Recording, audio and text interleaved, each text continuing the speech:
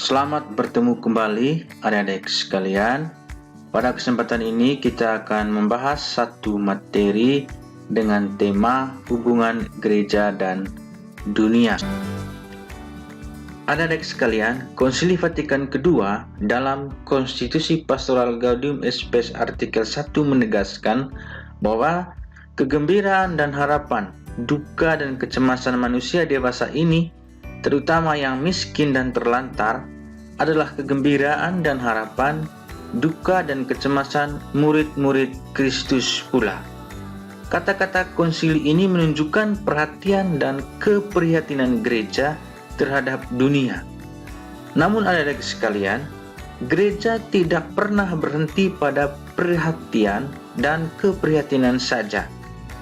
Gereja sungguh-sungguh mewartakan dan memberi kesaksian tentang kabar gembira kepada dunia, sambil belajar dan mengambil banyak nilai positif yang dimiliki dunia untuk perkembangan diri dan pewartaan gereja tersebut.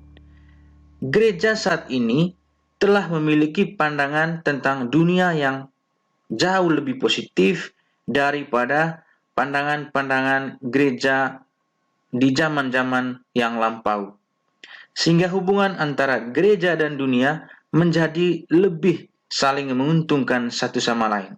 Jadi, pada saat ini gereja memiliki pandangan yang baru tentang dunia, dan pandangan itu lebih positif dari pandangan-pandangan yang sebelumnya, sehingga relasi antara gereja dan dunia sungguh saling menguntungkan.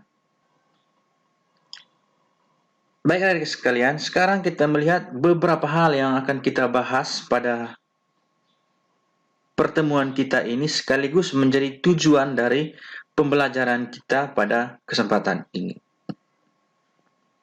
Hal yang pertama yang akan kita bahas adalah menjelaskan arti gereja. Ya, gereja itu apa? Gereja itu siapa? Kemudian yang kedua, menganalisis pandangan gereja tentang dunia. Ya, pandangan yang baru dan pandangan yang positif dari gereja tentang dunia itu seperti apa?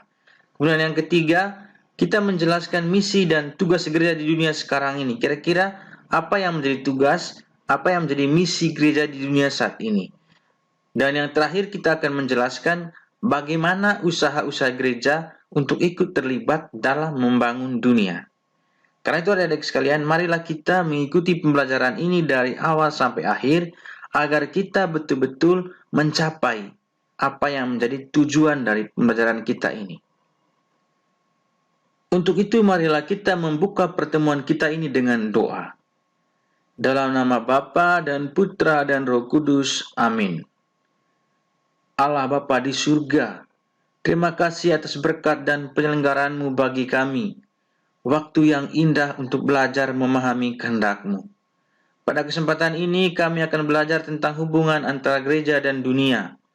Berkatilah kami, agar mampu menjadi saluran berkat di tengah masyarakat, membawa api cinta kasih bagi sesama. Demi Yesus Kristus Tuhan dan Juru Selamat kami. Amin. Dalam nama Bapa dan Putra dan Roh Kudus. Amin. Yang berikut kita melihat arti gereja. Adik-adik sekalian, kata gereja diambil dari bahasa Portugis, igreja, yang diambil dari kata bahasa Yunani, eklesia, yang berarti kumpulan, pertemuan, atau rapat. Adik-adik sekalian, Paus Fransiskus menjelaskan eklesia sebagai pertemuan akbar orang-orang yang dipanggil. Allah memanggil kita semua untuk menjadi keluarganya. Jadi, gereja itu adalah persekutuan orang-orang yang beriman kepada Kristus dan saling membuka diri satu sama lain sebagai anggota keluarga Allah. Jadi, gereja itu adalah semua orang beriman. Semua orang yang percaya kepada Kristus sebagai kepala gereja. Adik-adik sekalian, gereja adalah kasih Allah yang diaktualisasikan dalam mencintai dirinya dan orang lain. Semua orang tanpa membeda-bedakan satu sama lain. Ya.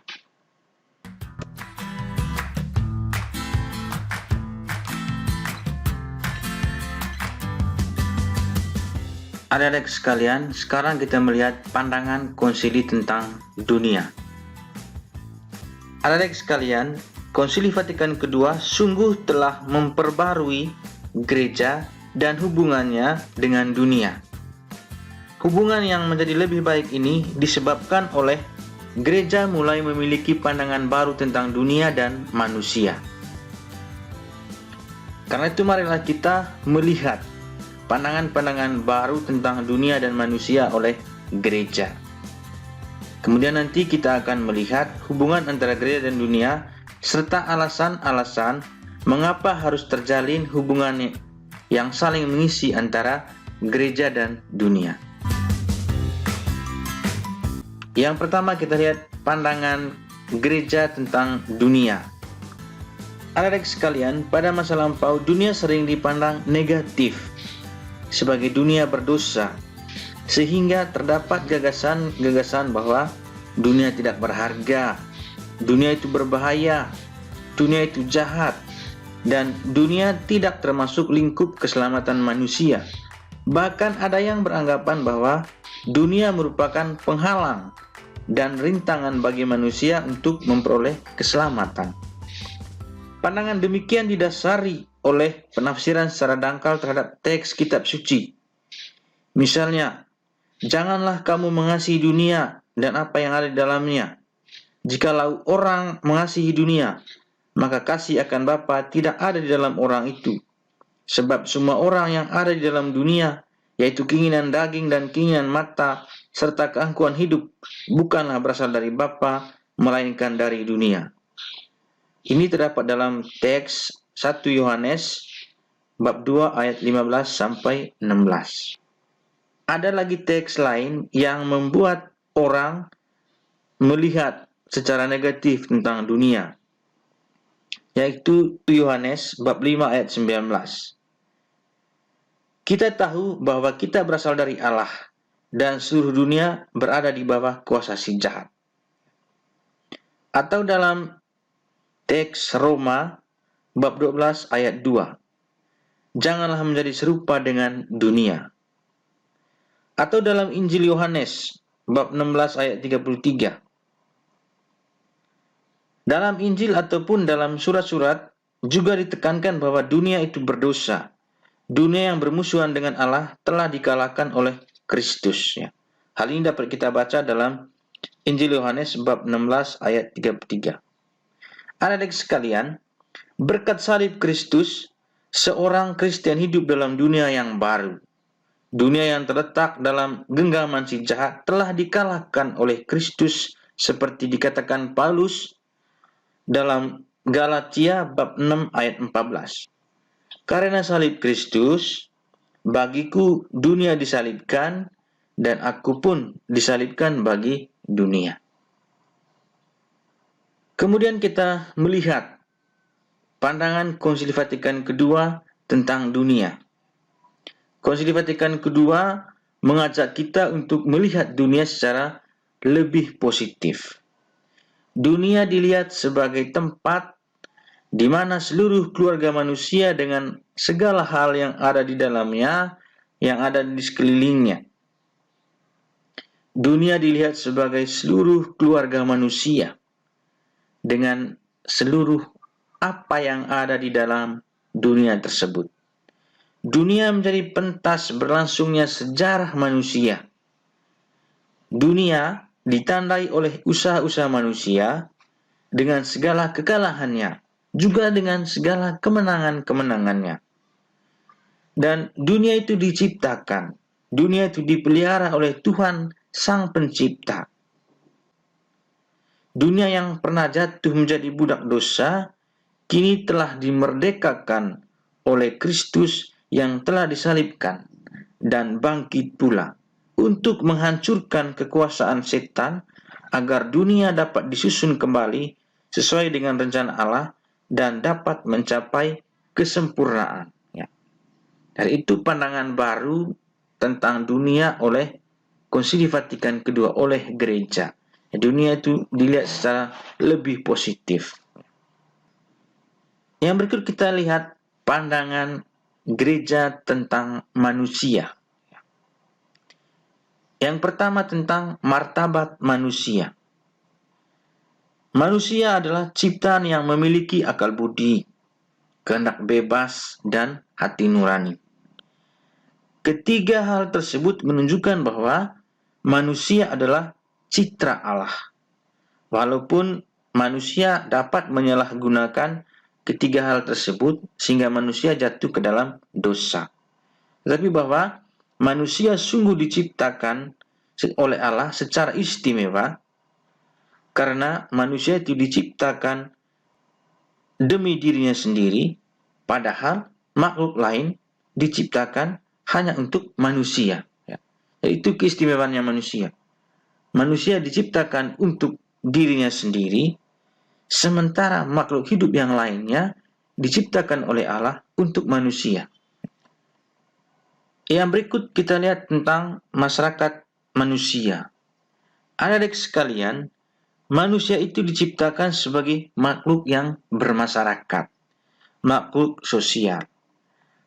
Allah yang memelihara segala sesuatu sebagai Bapa menghendaki agar semua manusia membentuk satu keluarga dan memperlakukan seorang akan yang lain dengan jiwa persaudaraan.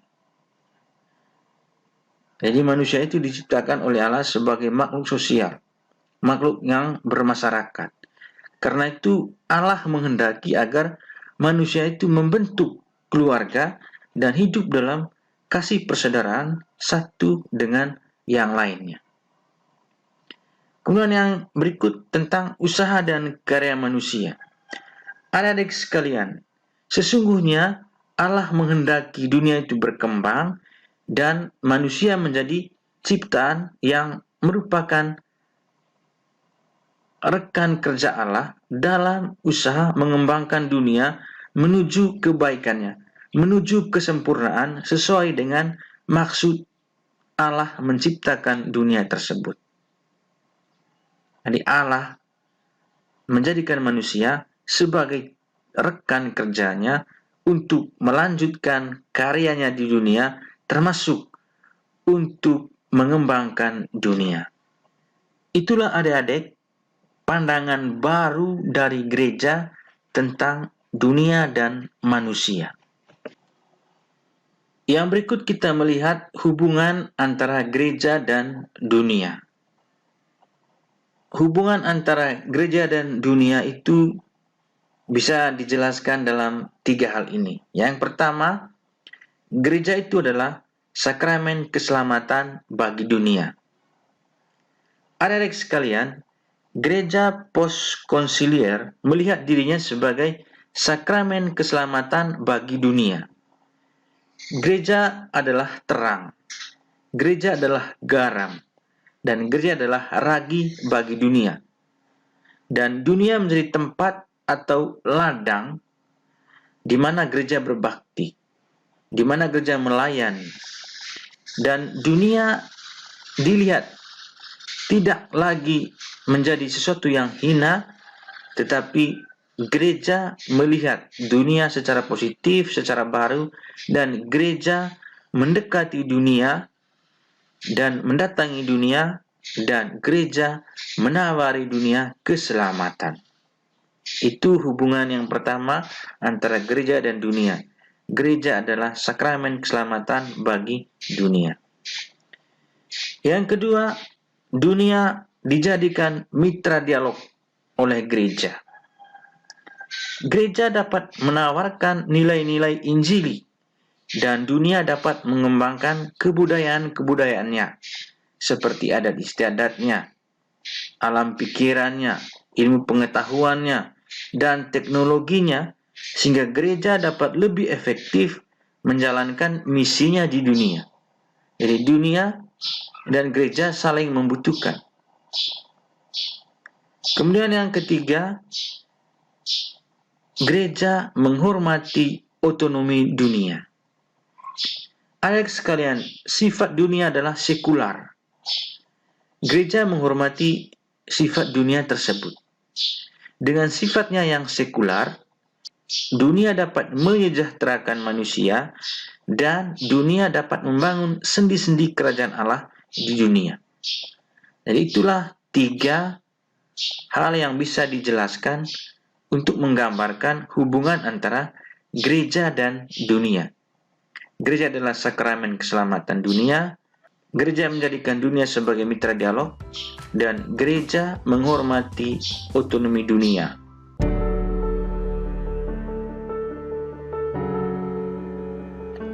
Yang berikut kita melihat misi gereja di dunia. Adik-adik sekalian, sesungguhnya misi gereja di dunia adalah melanjutkan misi Kristus.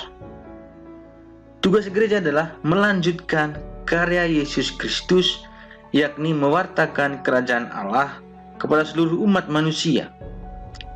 Kerajaan Allah baru terwujud secara sempurna pada akhir zaman, tetapi kerajaan Allah harus diwujudkan mulai dari dunia ini. Adik-adik sekalian, dalam Injil tersirat kesadaran bahwa misi atau tugas gereja pertama-tama bukan menyebarkan agama, melainkan menyebarkan kabar gembira Yesus Kristus, yakni kerajaan Allah yang relevan dan mengena pada situasi konkret manusia dalam dunia yang majemuk ini. Menjadi pelayan kerajaan Allah berarti berusaha dengan segala macam cara ke arah terwujudnya nilai-nilai kerajaan Allah di tengah masyarakat. Misalnya persaudaraan, kerjasama, dialog, solidaritas, keterbukaan, keadilan, hormat kepada hidup, memperhatikan yang lemah, miskin, tertindas, dan tersingkirkan. Bagi gereja, mewartakan Injil berarti membawa kabar gembira ke segenap lapisan umat manusia, sehingga berkat dayanya, kabar tersebut masuk ke dalam lubuk hati manusia dan membaharui umat manusia dari dalam. Jadi itulah misi gereja di dunia, melanjutkan karya agung Yesus Kristus, yakni mewartakan kabar gembira, dan kabar gembira tersebut harus nyata dalam hidup manusia mulai dari dunia ini.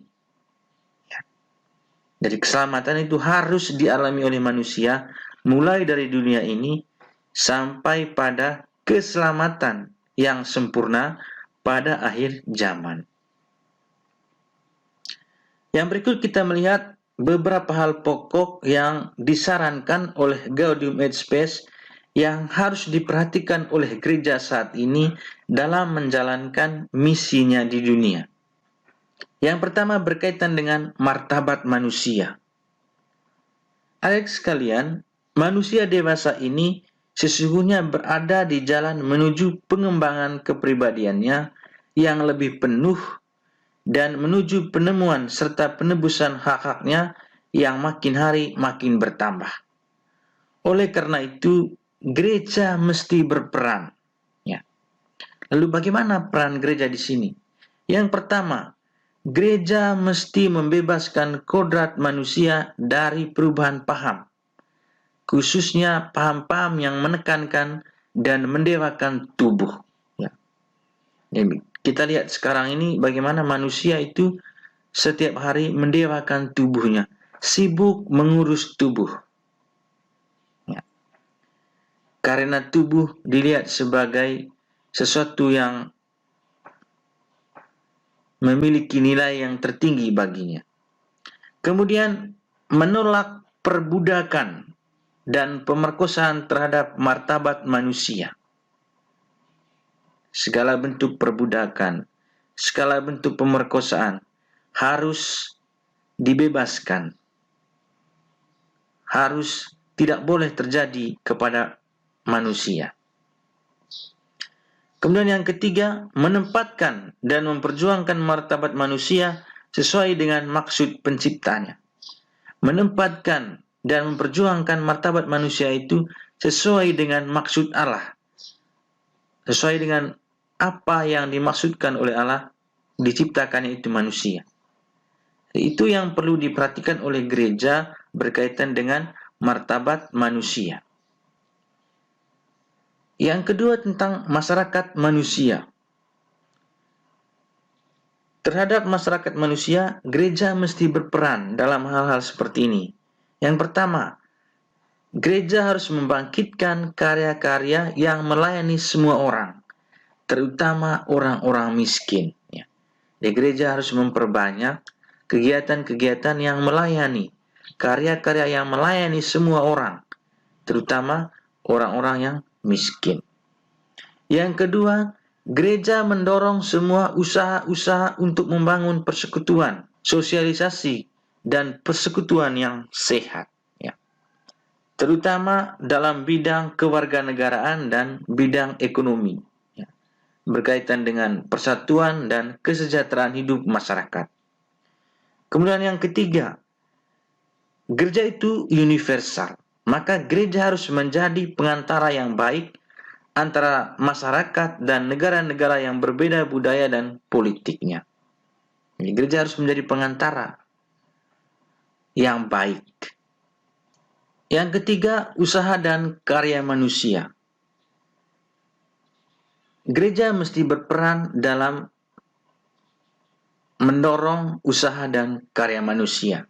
Yang pertama, gereja tetap meyakinkan bahwa apapun bentuk kerja manusia, sekecil apapun kerja dari manusia, sungguh-sungguh memiliki nilai yang luhur bila pekerjaan tersebut sesuai dengan kehendak Allah, sesuai dengan maksud Allah. Kemudian yang kedua, gereja menerima secara positif setiap perkembangan ilmiah dan teknik yang terpenting demi tujuan akhir hidup manusia. Perkembangan ilmiah dan teknologi tidak boleh menghalangi manusia untuk mencapai tujuan hidupnya. Intinya bahwa selama kerja manusia itu sesuai dengan kehendak Allah, maka kerjanya itu memiliki nilai-nilai yang luhur. Dan gereja selalu bersikap positif terhadap perkembangan ilmu pengetahuan selama itu baik untuk manusia itu dan dunia akhirat. Itulah beberapa hal pokok yang perlu diperhatikan oleh gereja dalam menjalankan misinya di dunia saat ini. Kita melihat usaha gereja membangun dunia. Kita melihat dulu situasi Indonesia saat ini. Para uskup Indonesia melihat bahwa ada 3 masalah yang dihadapi bangsa Indonesia dewasa ini. Yang pertama itu korupsi. Yang kedua kekerasan. Sedangkan yang ketiga itu adalah kerusakan lingkungan. Adik-adik sekalian, yang pertama kita melihat korupsi. Untuk melihat sejauh mana korupsi menguasai kehidupan orang Indonesia, para uskup Indonesia mengacu pada hasil penelitian Transparansi Internasional, yakni sebuah organisasi internasional non-pemerintah untuk pemberantasan korupsi yang berpusat di Berlin, Jerman. Dan pada tahun 2004, Indonesia berada di urutan kelima negara terkorup di dunia. Setingkat lebih buruk dari tahun sebelumnya di antara 146 negara. Sedangkan pada tahun 2015, Indonesia menduduki urutan ke-88. Jauh lebih baik dari tahun 2004, meskipun budaya korupsi masih sangat mencolok di depan mata kita. Korupsi yang terjadi di Indonesia sudah berkembang menjadi korupsi politik dan politik korupsi. Korupsi sudah menyangkut suatu pola korupsi yang berantai dan rakus. Untuk mencapai posisi politik atau jabatan tertentu, seorang calon harus mengeluarkan uang yang besar jumlahnya. Setelah jabatan tercapai, dia pertama-tama akan mencari segala cara untuk mendapatkan kembali uang yang telah dikeluarkan itu melalui jabatan yang diperoleh, termasuk melalui sarana-sarana publik, penyusunan peraturan-peraturan, bahkan perundang-undangan yang menguntungkan dirinya agar uang yang sudah dikeluarkan bisa dikembalikan. Yang kedua, kekerasan. Adik-adik sekalian, salah satu sumber kekerasan adalah komunalisme, yaitu pandangan atas orang lain yang tidak termasuk kelompoknya, misalnya agama, suku, atau lain sebagainya sebagai saingan atau bahkan musuhnya. Jadi orang yang berada di luar diri, luar kelompoknya, itu dilihat sebagai saingan, bahkan dilihat sebagai musuh. Karena itu saingan atau musuh itu perlu dihancurkan dengan cara-cara kekerasan. Kekerasan digunakan untuk merebut kemenangan. Lembaga militer yang harusnya melindungi rakyat malah menampilkan wajah kekerasan. Maka militer menjadi sebuah bentuk pelembagaan kekerasan yang menular ke dalam lembaga-lembaga sipil, termasuk lembaga-lembaga agama, sebagai militerisme. Militerisme menyulut dan menyebarkan kekerasan. Aparat keamanan gagal dalam memberikan perlindungan dan rasa aman bagi masyarakat. Yang ketiga, masalah kerusakan lingkungan. Kerusakan lingkungan sudah sampai pada tahap membahayakan hidup manusia. Penyebabnya adalah pembabatan hutan, pembuangan limbah-limbah beracun, eksploitasi sumber daya alam yang tanpa kendali. Kerusakan itu sudah mengakibatkan kerusakan lingkungan yang baru. Bukan hanya pohon-pohon yang dihancur, tetapi iklim pun terpengaruh oleh kerusakan-kerusakan tersebut. Sejak tahun 1997 terjadi pembabatan hutan sebesar 2,83 juta hektar per tahun. Permasalahan yang serius yang dihadapi bangsa sudah begitu mengakar, sehingga dibutuhkan waktu yang lama untuk memperbaiki dan mengadakan perubahan-perubahan.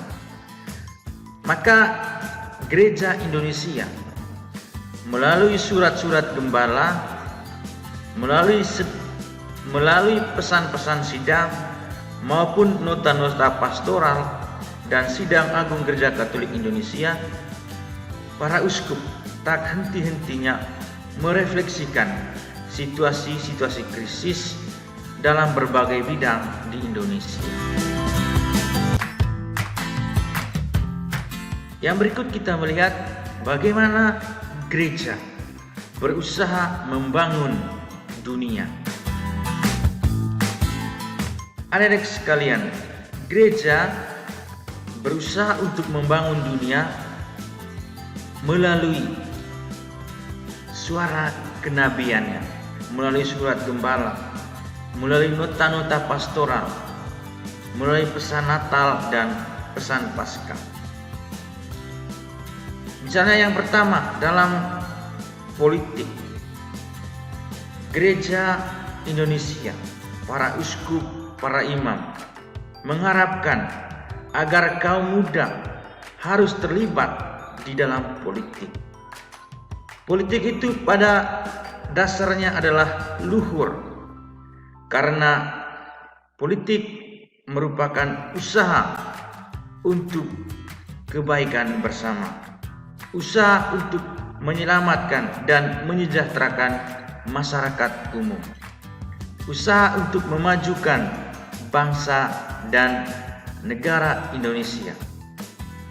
Karena itu gereja mengharapkan agar orang-orang Katolik, kaum muda Katolik berpartisipasi aktif di dalam perpolitikan.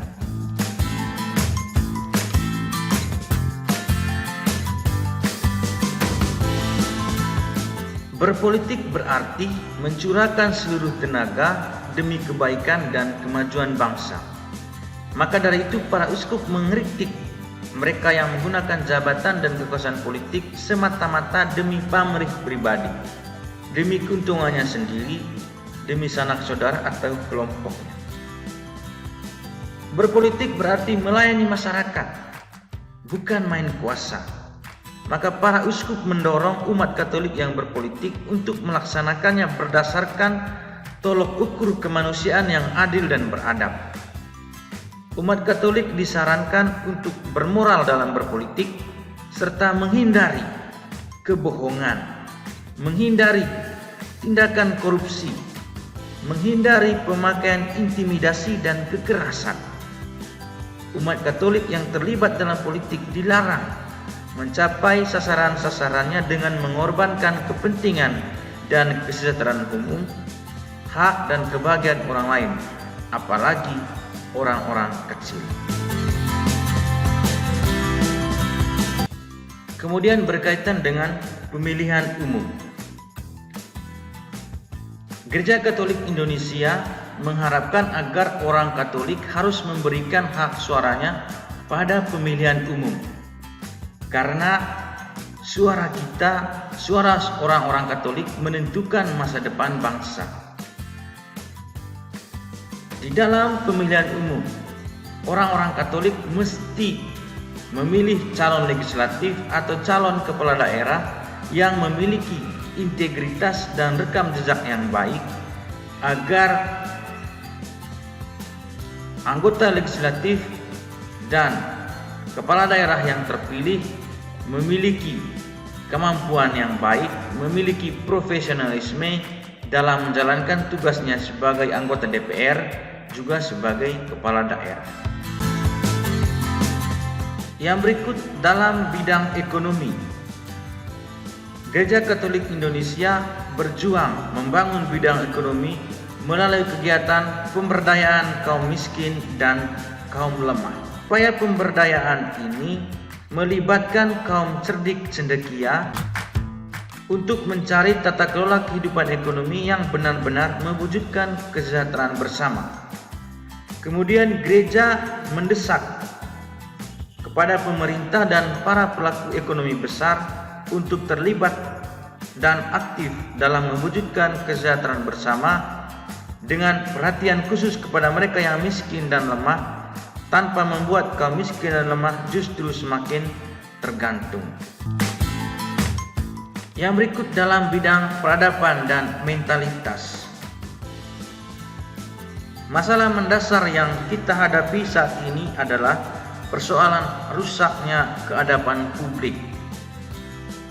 Maka tugas kita adalah bagaimana dengan mengusahakan hal yang baik secara orang perorangan, sekaligus juga diciptakan iklim, lingkungan, dan suasana yang kondusif bagi kesejahteraan bersama.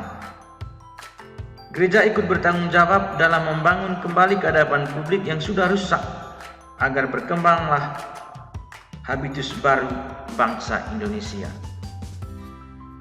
Karena itu, gereja menyerukan agar adanya budaya baru, budaya tandingan, budaya alternatif untuk membangun pola kehidupan manusia yang lebih baik. Karena itu, resolusi mental sangat diperlukan untuk memperbaiki peradaban yang sudah rusak. Yang berikut dalam bidang pendidikan. Dalam usaha membangun dunia, khususnya membangun negara Indonesia dalam bidang pendidikan, Gereja Katolik Indonesia, terutama dalam hal ini para uskup, menyadari bahwa karya kerasulan pendidikan merupakan panggilan gereja dalam rangka pewartaan kabar gembira, terutama di kalangan kaum muda, kepada adik-adik sekalian. Karena itu, dalam menjalankan panggilan gereja tersebut, lembaga pendidikan Katolik mengedepankan nilai-nilai luhur seperti iman, harapan, dan kasih, kebenaran, keadilan, kedamaian, pengorbanan dan kesabaran, kejujuran dan hati nurani, kecerdasan, kebebasan, dan tanggung jawab sebagai modal utama untuk membangun dunia pendidikan, modal utama untuk membentuk kepribadian dari anak-anak didik. Proses pendidikan yang didasari pada nilai-nilai Injili tersebut yang membuat lembaga pendidikan Katolik itu unggul, yang membuat lembaga pendidikan Katolik itu diminati oleh banyak orang, baik orang Katolik itu sendiri maupun orang-orang yang beragama lain. Disinilah dan di atas nilai-nilai itulah lembaga pendidikan berpijak untuk mempertegas penghayatan iman dan memperbaharui komitmennya. Itulah adik-adik bagaimana Gereja Katolik berusaha membangun dunia, terutama membangun Indonesia dalam bidang pendidikan. Yang berikut dalam bidang lingkungan hidup. Adik-adik sekalian, pada tahun 2013, para uskup mengeluarkan nota pastoral dengan tema keterlibatan gereja dalam melestarikan keutuhan ciptaan. Para uskup prihatin dengan situasi kerusakan lingkungan hidup. Dan kerusakan lingkungan memang tidak semata-mata disebabkan oleh ulah manusia. Alam bisa rusak dan hancur karena faktor alam juga, seperti gunung meletus, gempa bumi, dan juga tsunami. Namun, perilaku manusia yang menempatkan dirinya sebagai subjek dan alam sebagai objek untuk dikuras kekayaannya dan dicemari menjadi penyebab terbesar kerusakan lingkungan hidup saat ini. Karena itu, keprihatinan dan kepedulian Gereja Katolik Indonesia terhadap masalah lingkungan hidup sebenarnya sudah ada sejak lama. Dan sebenarnya dan sesungguhnya upaya memulihkan dan melestarikan lingkungan hidup bukan karena adanya kerusakan lingkungan, tetapi upaya memulihkan dan melestarikan lingkungan merupakan ungkapan iman orang Katolik akan Sang Pencipta dan pemelihara ciptaan, pemelihara kehidupan. Karena itu gereja selalu dan senantiasa memperjuangkan keutuhan lingkungan dengan edukasi dan juga dengan advokasi. Edukasi itu adalah upaya menyadarkan umat akan pentingnya lingkungan hidup untuk keberlangsungan hidup semua ciptaan termasuk manusia. Sedangkan advokasi adalah membantu dan mendampingi para korban kerusakan lingkungan hidup agar mendapatkan kembali hak hidupnya secara utuh.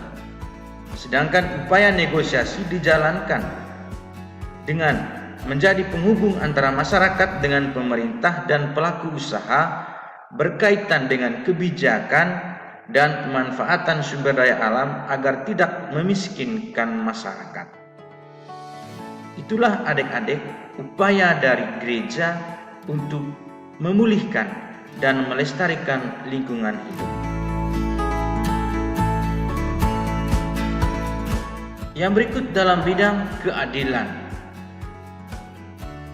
Para uskup mengingatkan bahwa Pancasila harus dijadikan sebagai landasan maupun acuan yang kuat dan aman untuk memecahkan permasalahan dan mengembangkan seluruh kehidupan dan pembangunan bangsa Indonesia. Maka Pancasila perlu betul-betul diwujudkan dalam kehidupan bermasyarakat. Dan berdasarkan Pancasila, para uskup menegaskan prinsip-prinsip dasar yang perlu diperhatikan. Yang pertama, proses pembangunan harus selalu menghormati harkat dan martabat manusia, kelompok dan golongan masyarakat. Yang kedua, tujuan-tujuan politik tidak boleh diusahakan dengan mengabaikan, apalagi melanggar hak-hak asasi manusia setiap warga negara, kelompok, dan golongan manapun. Yang ketiga, perlu dikembangkan semangat persaudaraan dan kebersamaan antara golongan budaya, etnis dan agama, dan kepercayaan sebagai kerangka hidup bersama bangsa Indonesia. Kemudian yang keempat, pembangunan secara nyata harus mewujudkan solidaritas dengan saudara-saudari sebangsa yang paling miskin dan lemah, dengan mereka yang tidak berdaya, yang mudah menjadi korban pembangunan. Usaha pembangunan tidak boleh mengorbankan orang-orang kecil. Hidup bersama bangsa Indonesia harus berlandaskan hukum yang berkeadilan. Maka hukum yang ada harus mencerminkan rasa keadilan. Itulah adik-adik beberapa usaha dari gereja dalam turut serta membangun dunia. Marilah kita menutup pertemuan kita ini dengan doa. Dalam nama Bapa dan Putra dan Roh Kudus. Amin.